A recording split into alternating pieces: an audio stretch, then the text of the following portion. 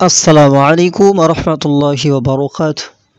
আশা করি সকলে ভালো আছো আর দোয়া করি আল্লাহ পাক সকলকে সর্বদা ভালো রাখুক।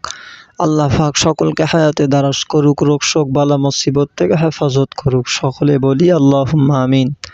আজকের আমি আলোচনা করব আল্লামা সাঈদী হুজুরের 3টি পরামর্শ। এই বিষয়ে আজকে আলোচনা হবে। আল্লাহ পাক তানাকে জান্নাতুল ফেরদাউস নসিব করে দিন।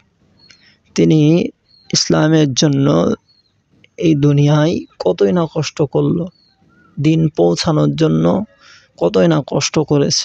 আল্লাহ পাক তার কবরটাকে গোলাপ ফুলের বাগান বানিয়ে দিক। সকলে বলি আল্লাহুম্মা আমিন। তো হুজুরের কিছু আলোচনা আজকের আমি করব।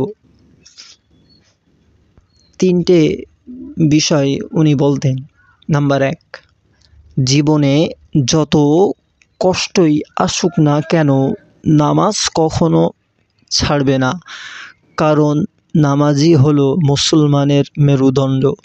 নাম্বার 2, যে আল্লাহর হয়ে যায়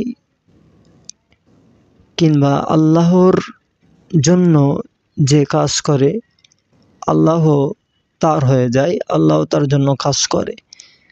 নাম্বার 3, এই দুনিয়াতে কেউ কারো না, এই দুনিয়াতে কেউ কারো না।